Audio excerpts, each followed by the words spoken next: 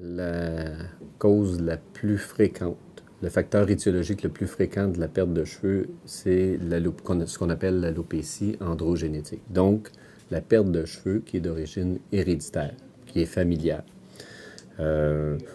D'ailleurs, les gens, on leur demande un petit peu quelle est l'histoire familiale. Est-ce que tes parents perdent des cheveux? Est-ce que du côté de ton père ou du côté de ta mère? Parce que souvent, les gens ont l'impression que ça peut venir seulement du côté du père, alors que ça peut très bien venir des deux côtés.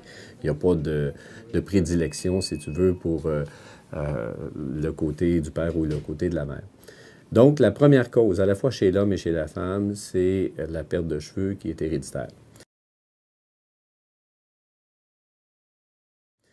Il y a d'autres raisons aussi pour lesquelles on peut perdre les cheveux. Il peut y avoir des causes métaboliques. Les causes métaboliques, ça veut dire que c'est associé à certaines maladies.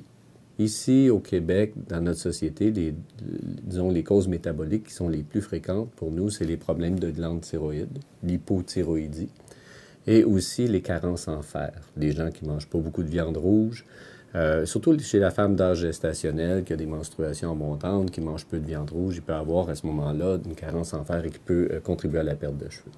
Ensuite de ça, évidemment, il y a tout un diagnostic là, qui peut être fait. Il y a certaines maladies de la peau qui peuvent donner ça.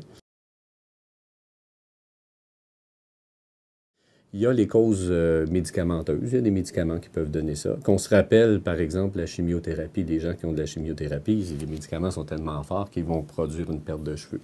Cette perte de cheveux, elle est cependant réversible, contrairement à la perte qui est héréditaire. Donc, il y a tout un paquet de facteurs étiologiques. Mais celui qu'on voit le plus souvent et celui qu'on traite en grande partie ici, c'est la perte de cheveux qui est héréditaire. Il y en a une autre cause qui est intéressante aussi, c'est ce qu'on appelle la trichotillomanie. La manie que peuvent avoir certaines personnes de littéralement s'arracher les cheveux sur la tête. Alors, dans ces cas-là, ce qui se produit, c'est qu'une personne qui s'enlèverait constamment les cheveux au même endroit, éventuellement, ses cheveux ne repoussent plus. Ça va créer une plaque d'alopécie, une plaque où il n'y aura plus de cheveux parce que ça crée une réaction inflammatoire au niveau du follicule. Le follicule finit par se détruire et complètement s'atrophier. Alors, il y a des gens aussi qui vont présenter un problème d'alopécie par traction. Tout simplement, si les cheveux sont lissés, on voit ça chez la femme, qui font une queue de cheval qui est très, très serrée, avec un cheveu qui est très, très lissé. Éventuellement, le cheveu finit par tomber en bordure ici.